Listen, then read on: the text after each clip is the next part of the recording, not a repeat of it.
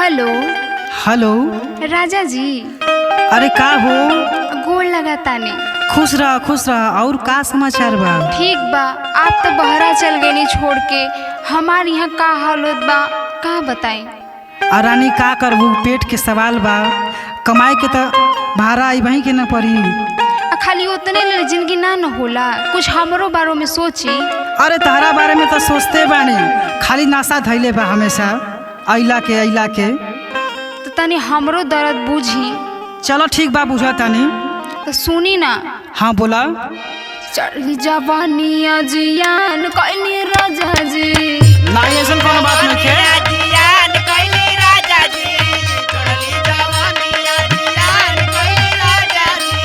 हमरा के जाई के भूलाए गइनी राजा जी, भूलाए गइनी राजा जी। चढ़ी जवानिया जियान कइनी राजा जी। तो आज जवानी हम जियान होखे बे।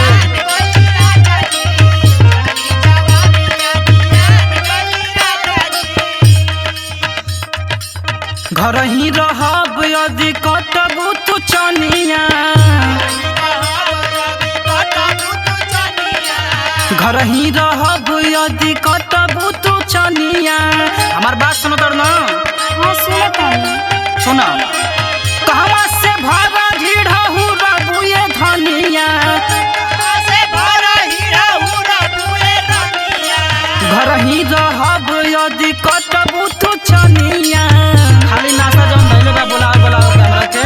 अनासा का भइले बा। एको बात सुनाई के नहीं के हमार।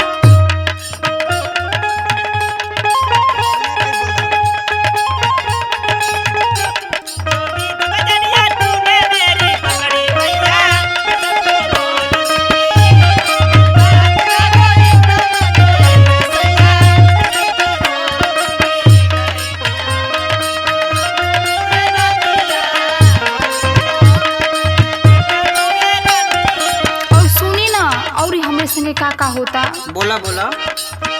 जाना तानी नींद दूध कुछ नहीं खियावत। अच्छा। हाँ मन लसियाता जब बहे पूरा बइया।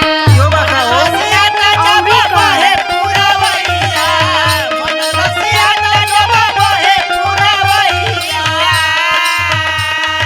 मन लसिया जा तो के मना ल। आपके तो कोनो दर्द बुझे के नहीं के हमार। टूटेला दे हमरा लागे नाउ होइए। उमाई ले जायो।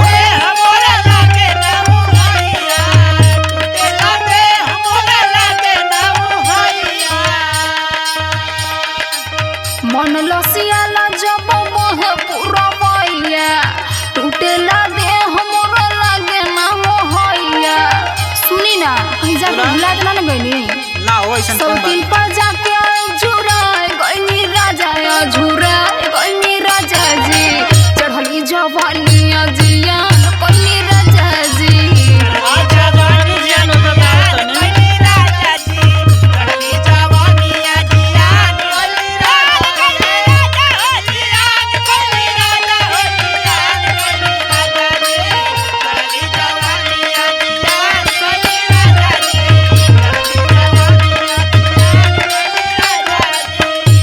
एगो हमार बात सुना। सुनाई। अगर हम कमाइब ना तो तू का खइबू? अरे खा ले। का खइबू बतावा? घर में जब रुपये पैसा ना रही तो कैसे खइबू? तो होके तारा है बस सटला के नासा।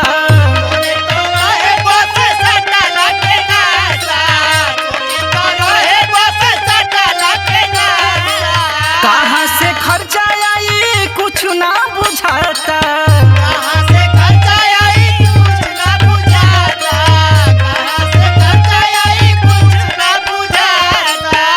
समझ में आओ तो के? हाँ समझ में आवता। तो रुपया पैसा कमाल आज के जमाना में बहुत जरूरी बा। हाँ तो के तारा है बस सटला के नासा। कहवा से खर्चा आई कुछ ना बुझाता।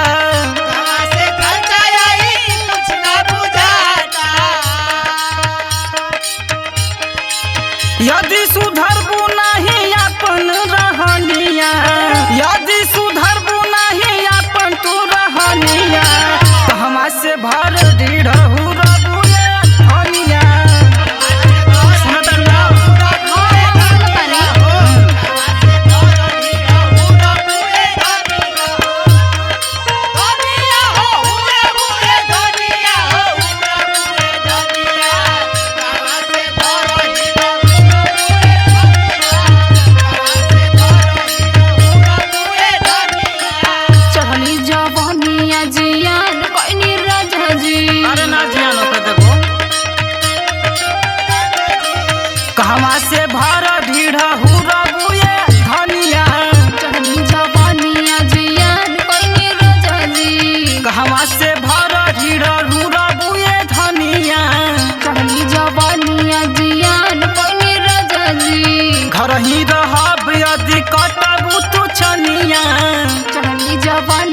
जियान